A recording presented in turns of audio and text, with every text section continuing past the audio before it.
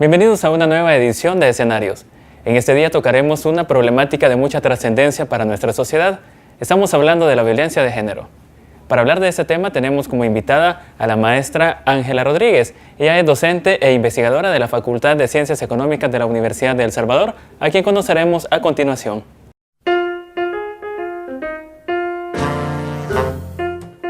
Hola, un gusto. Soy Ángela Rodríguez, docente de la Escuela de Economía de la Facultad de Ciencias Económicas de la UES.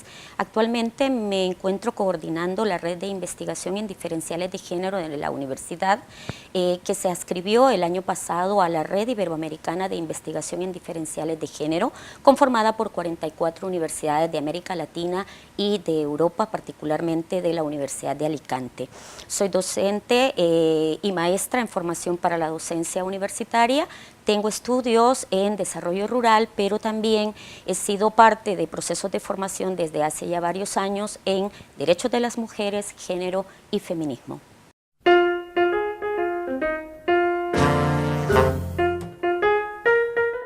Maestra, un gusto que nos acompañe en Escenarios en este día. El gusto es mío, gracias por la invitación. Iniciamos esta entrevista con algunos datos preocupantes, y es acerca de una publicación que hizo la Fiscalía General de la República, que hasta los primeros días del mes de septiembre se contabilizaban un promedio de 268 muertes violentas de mujeres. También que según la Ormusa solamente el 5% de las denuncias interpuestas sobre delitos contra la mujer son llevadas a juicio. ¿Qué nos dicen estas cifras, maestra? Sin duda la situación de la violencia contra las mujeres ha llegado a tomar niveles de máxima expresión de violencia contra las mujeres, como es el tema del feminicidio. Eso ha hecho que El Salvador hoy por hoy incluso sea considerado como uno de los países más inseguros para las mujeres, desde luego considerando aquellos que no tenemos guerra, ¿no?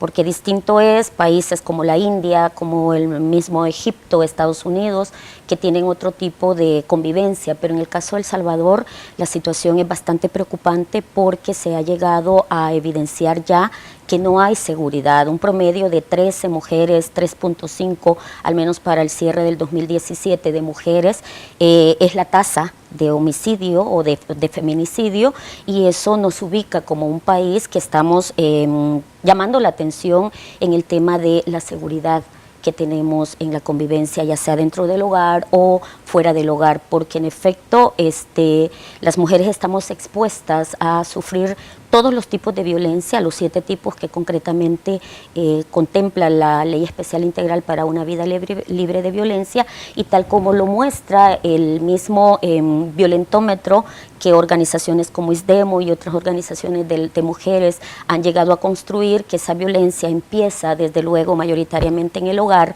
o en las comunidades que deberían ser más seguras para nosotras, y que empieza desde luego por esas burlas, por esas bromas, por esas minimizaciones, por esos empujoncitos que a veces los damos como tan normales y que van escalando, ¿no? Que llegan al final pues a traducirse en esa máxima expresión de violencia contra nosotros. Ha tocado 2 puntos importantes. Uno de ellos es de los 7 tipos de violencia. Alguno de ellos es el que está más propenso a que venga a finalizar en un feminicidio, y también el otro punto es sobre la educación. Muchas veces nosotros dejamos que las instituciones, o esperamos que las instituciones o el mismo gobierno sea quien frene esta violencia contra las mujeres, pero desde nuestros hogares, ¿cómo podemos hacer eso? O sea, sin duda los 7 tipos de violencia están presentes. ¿Cuál es el que evidentemente es como el más natural, o la violencia que está más naturalizada? Es la violencia psicológica y emocional. Sin duda que a las mujeres, que porque somos blanquitas, que porque somos chiquitas, porque somos gorditas, que porque somos muy altas, estamos expuestas a que se nos minimice, a que se nos ridiculice, y esa es la mayor, la violencia que está presente en todas partes. Obviamente a partir de eso va sufriéndose los otros tipos de violencia, la física, la patrimonial, que pasa sobre todo en ocasiones en las parejas, en donde ya hay control de los recursos que son propiedad de la mujer. De igual forma la violencia simbólica, pues vemos cómo la figura femenina se utiliza con fines inclusive a veces muy mercadológicos, porque una figura femenina femenina desnuda o cuasi desnuda vende más que cualquier otra.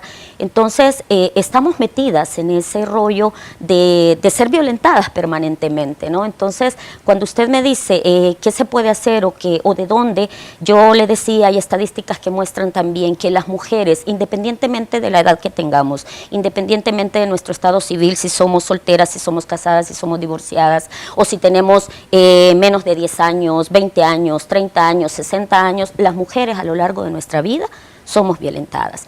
Y también hay estadísticas que muestran que la violencia originalmente surge precisamente en el seno del hogar. O sea, somos violentadas, pero digo, hay cosas que son como muy naturales desde el hogar, desde la casa, en la calle, en los buses, en las escuelas, en las oficinas. O sea, se ha naturalizado tanto el tema de que las mujeres podemos ser sometidas a cualquier cosa por, obviamente, esos sistemas que están a la base de la convivencia entre hombres y mujeres. Que el gobierno no hace nada, pues la verdad es que desde la casa deberíamos comenzar a desmontar esos tratos desiguales que tenemos entre niños, niñas, entre el papá, la mamá, entre hermanos y hermanas, porque lo que hacemos desde el hogar justamente es reproducir esos roles tradicionales de género que refuerzan los estereotipos de género y que ese condicionamiento de comportamiento es lo que hace que se vea como muy natural que las mujeres podemos recibir o conformarnos con cualquier cosa o estar expuestas a cualquier cosa, a diferencia de lo que pasa con los hombres. ¿Cuáles son esos patrones o comportamientos que condicionan y limitan a las mujeres a ser propensas a esta violencia de género? Sin duda alguna, hablar de la violencia de género o de la violencia contra las mujeres es hablar de algo estructural, ¿no? Que se fundamenta sobre todo en un sistema que es histórico y que está muy enraizado, no solo en la sociedad salvadoreña, sino que eso es algo que ocurre en el mundo entero, como es la prevalencia del sistema patriarcal, del machismo e inclusive del sexismo. ¿Qué quiero decir con ello, no? O sea, hablar del patriarcado significa que se daba por aceptada que la autoridad de los hombres pesa sobre las mujeres. Y eso lo vivimos desde el hogar. ¿Quién manda? Manda papá. Y aunque papá no esté, pues siempre hasta en los mismos instrumentos que diseñamos para la investigación, ¿quién es el jefe del hogar, verdad? Luego, hablar del machismo, pues es eso que se ha difundido y que damos por aceptado que por naturaleza el hombre es superior o es más fuerte que nosotras las mujeres. Y el sexismo también que ocurre, que es cuando discriminamos, en este caso a las mujeres, por la simple condición de ser mujeres. Eso es lo que desde luego sustenta esas formas de comportamiento, esas maneras de expresarse, esas maneras de convivencia a lo largo de la historia de las sociedades, y que hoy por hoy, a pesar de estar ya en un siglo XXI y que han habido avances sustantivos a nivel internacional en el tema de reconocer y visibilizar los derechos de las mujeres, todavía no se ha logrado desmontar, y es por ello que aquellas mujeres que nos sublevamos o que expresamos una voz distinta a lo que ese condicionamiento naturalizado nos indica, pues estamos expuestas todavía a sufrir más violencia, ¿no? Como usted lo mencionaba, hay muchas nuevas leyes que están a favor de la mujer, pero a pesar de eso hay derechos que se les continúan violentando, como por ejemplo el acceso a cargos importantes dentro del gobierno o incluso dentro de las mismas instituciones, en cuestiones de jefaturas, en cuestiones de cargos de poder. Aún se puede ver esa diferencia de que existe todavía una mayor cantidad de hombres que de mujeres en ese tipo de cargos. Sin duda alguna, ¿no? Son pocos los países en el mundo que están dando muestras sustantivas en ese sentido. ¿Y quiénes son esos países? Los países más desarrollados, aquellos países que en su índice de potenciación de género, en su índice de igualdad de género, muestran justamente mejores resultados. En el caso de El Salvador, no obstante, por ejemplo, en la ley de partidos políticos se establece que deben haber cuotas, difícilmente esas cuotas se cubren, y en efecto, pues a nivel tanto del Ejecutivo, del Legislativo o el Judicial, las mujeres están ubicadas en aquellos cargos que no tienen el mayor protagonismo. Estos están seleccionados o son privilegio exclusivamente de los hombres. Aquí en la Universidad de El Salvador, cuando revisamos las estadísticas de la conformación de los gobiernos universitarios, ya sea a nivel del Consejo, de la AGU o a nivel de las mismas decanaturas, que son nuestros gobiernos locales, pues mayoritariamente están en manos de los hombres.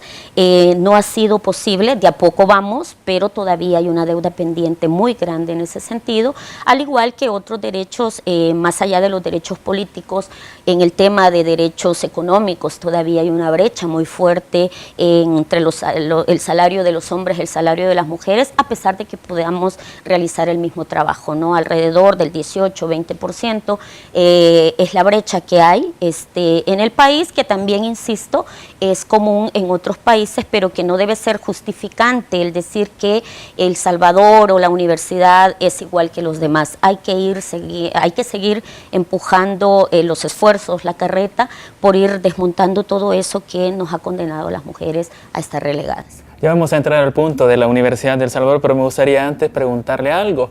Cuando usted habla de cuotas de poder, por ejemplo, de los partidos políticos que tienen que llevar una cuota de mujeres también como representantes del pueblo y en alguna institución, ¿será que las mujeres llegan a hacer esos cambios estructurales que ustedes como organizaciones y como investigadoras están demandando, o únicamente las mujeres están llegando al cargo y la misma sociedad, los mismos hombres que están a cargo no les permiten ir más allá, sino que llegan como mujeres, pero llegan a continuar el trabajo que como hombres ya están establecidos a realizar? Sin duda, o sea, lo que usted acaba de mencionar pasa. Para las mujeres no es fácil desempeñarse en un cargo de dirección, porque en primer lugar, para que una mujer incluso pueda optar a un cargo de dirección, se le somete a sobredemostrar sus capacidades, sus competencias, a sobrecargar un currículum que a los hombres no se les pide. A las mismas mujeres se les somete a un escrutinio, no solamente en términos de sus capacidades académicas profesionales, sino que incluso en ocasiones son cuestionadas hasta por aspectos de su vida personal. Y cuando está ya en un cargo, tiene que demostrar que es tan capaz, tan dura o tan autoritaria como lo es un hombre en casos, ¿no? Y si a eso le sumamos que en el tema de derechos de las mujeres, que en el tema de igualdad de género, pues la mayoría de la población no tiene ni siquiera la sensibilización, la formación, entonces eso en ocasiones complica, que lleva a que aunque mujeres asuman cargos de dirección, realmente no es una garantía hoy por hoy. No es, eso es una apreciación mía, porque he evidenciado casos concretos.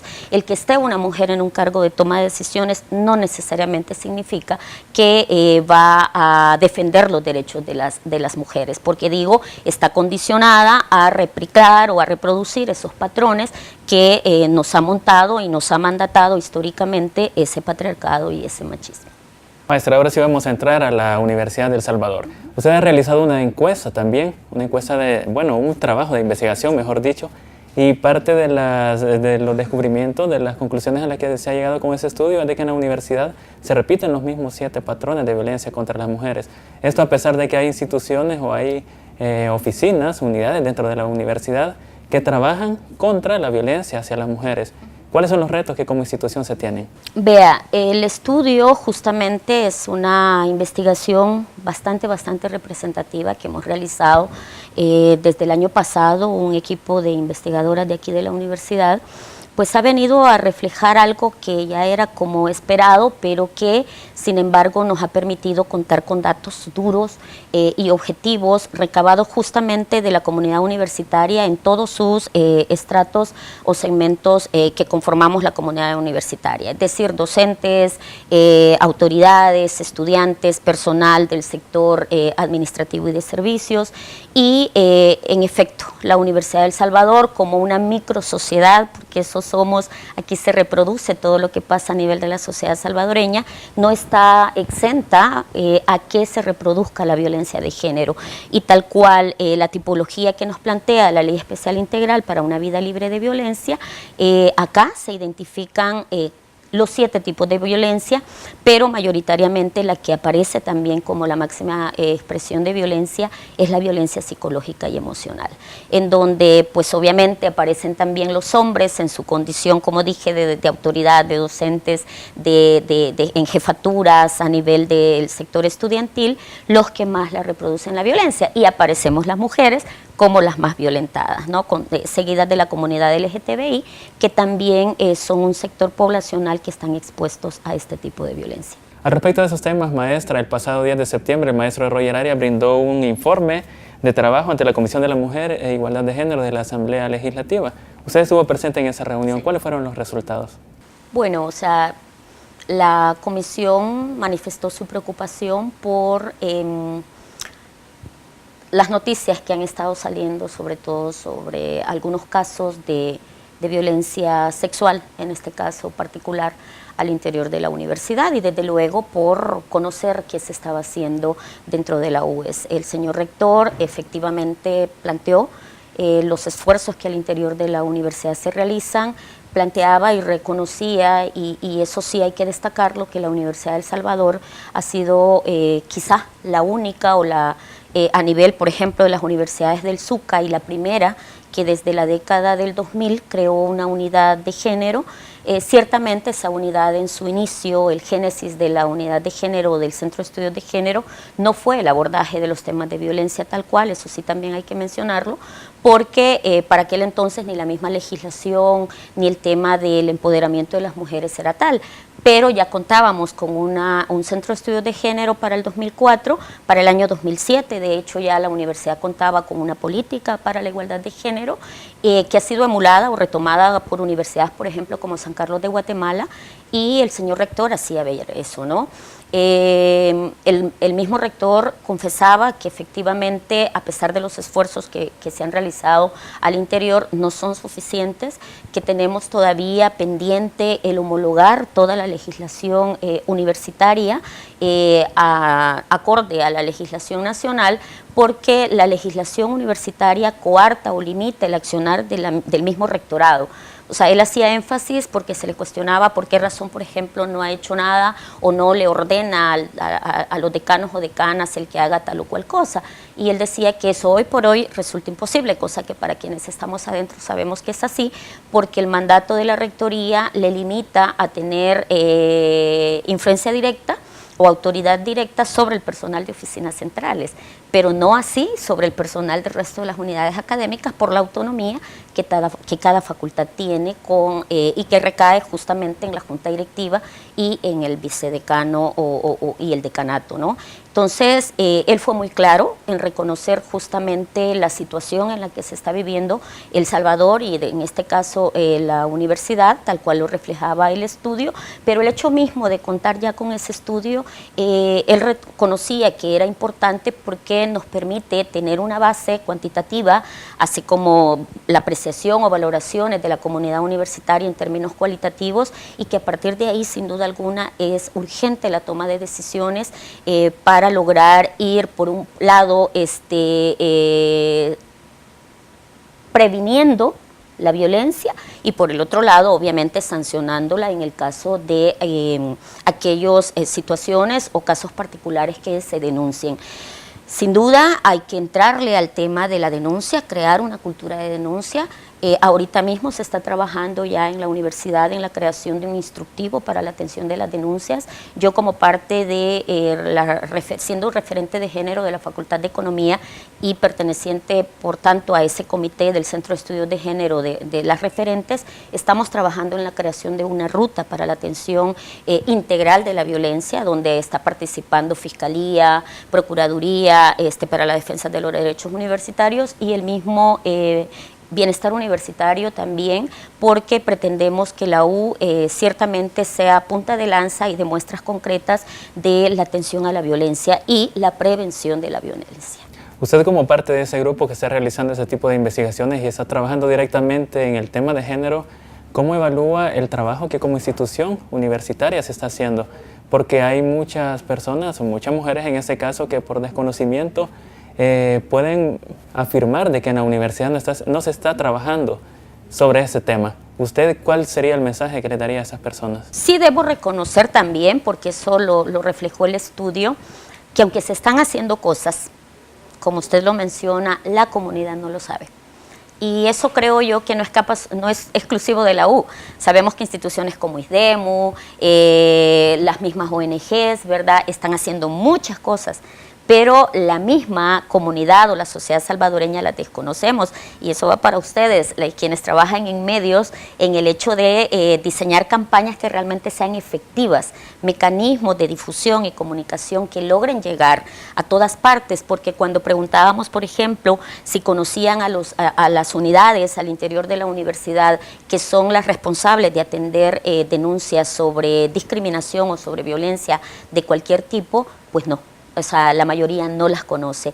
Y en este caso, desde el Centro de Estudios de Género, como digo, el hecho de contar con esa política para la igualdad de género, hay muchas personas de la comunidad universitaria que no la conocen. Entonces, hay que afinarle también al tema de posicionar y de difundir estos espacios que tienen que mejorarse, pero que hoy por hoy están, y que en esa ruta estamos de mejorar el reglamento de Procuraduría, el mismo reglamento disciplinario, porque el reglamento disciplinario en el tema de violencia, por ejemplo, contra las mujeres solo contempla el acoso sexual, pero no ha incluido las otras expresiones de violencia, y hacia eso es que se está ahorita encaminando todo el esfuerzo. Desde luego, ahí lo manifestó en esa reunión que se tuvo en la Asamblea el mismo rector de su compromiso expreso por querer avanzar y ir mejorando. O sea, él reconoció públicamente la necesidad de dotar de más recurso presupuestario al Centro de Estudios de Género, porque las cosas no se hacen solo con voluntades, hay que esperar que efectivamente haya mayor asignación, que se le dé al centro el protagonismo que merece y que el centro mismo logre abrirse esos espacios en todos los sectores para que se pueda conocer lo que se está haciendo. De hecho, programas como este y también como el programa de radio que se tiene acá en la YSU, en la revista Atenea, son espacios para que ustedes, como miembros de este movimiento que anda luchando en contra de la violencia hacia las mujeres, también tengan su espacio y la comunidad universitaria se dé cuenta de todo el trabajo que se está haciendo. Pero usted hablaba también de algo muy importante, que es la cultura de denuncia. ¿Cómo vamos a hacer nosotros, por ejemplo, hay una persona que está sufriendo de algún tipo de violencia al interior de la universidad o en la sociedad en general, pero por miedo, el mismo miedo les cohíbe y no les permite ir a hacer la denuncia respectiva? ¿Cómo se puede luchar contra eso? Efectivamente, o sea, el miedo, como digo, está tan naturalizada la violencia, como lo he venido insistiendo, que pues ya se da como por sentado que ciertos comportamientos entre los grupos de estudiantes, entre colegas a nivel del personal académico, pues ya siempre ha sido así, y porque ahora hay que alarmarse, ¿no? Pero decíamos, o sea, esa violencia puede ir escalonando y llegar a tener expresiones más fuertes que vulneran los derechos de las mujeres. Esa naturalización, de acuerdo al estudio, también revelaba que una de las causas del por qué se reproduce la violencia, al menos en la UES, es por la indiferencia de toda la comunidad universitaria. Y de ahí que debemos asumir el compromiso, toda la comunidad, las mujeres con nosotras mismas, de reconocernos como sujetas de derecho, de informarnos sobre la legislación, que también no hay mayor conocimiento, no hay mayor dominio de qué es lo que nos protege la legislación, y eso debe servir como plataforma o como un punto de partida para que pueda haber toda una educación en el tema de derechos de las mujeres. Pasa por sensibilizarnos también y sin duda hay que ir promoviendo esa denuncia. Desde luego, el miedo es lógico por temor a las represalias, ¿no? Aquí, siempre que hay relaciones de poder, hay miedo.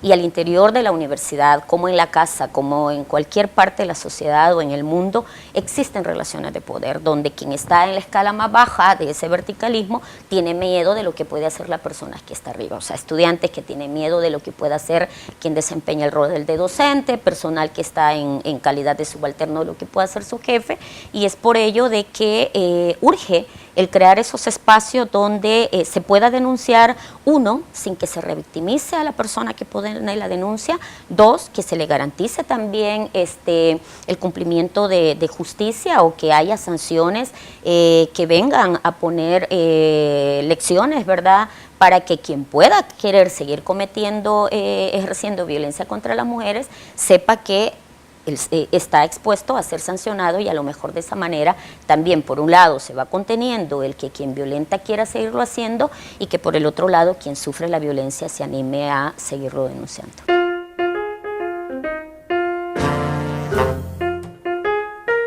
Maestra, sin duda un tema que da para hablar por mucho tiempo, pero se nos ha acabado acá en entrevista ese espacio, así que le agradecemos por su compañía y por estar presente ese día. No, gracias a ustedes, ha sido un placer compartir.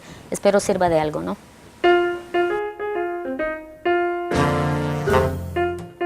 Las mujeres estamos expuestas a mucha discriminación y violencia, no solo al interior de la universidad, sino también a nivel de la sociedad salvadoreña. Somos la mayoría de la población en el mundo, en El Salvador y en la universidad. Es tiempo ya que nos organicemos, que reivindiquemos nuestros derechos, que nos empoderemos, que reconozcamos la legislación y hagamos cumplir la legislación que defiende nuestros derechos. Por favor, mujeres, basta ya de tanta opresión, de tanta discriminación. Debemos dar muestra como Universidad de El Salvador que estamos en la lucha por lograr una igualdad sustantiva donde se nos reconozca a hombres y mujeres en igualdad de derechos, condiciones y posición.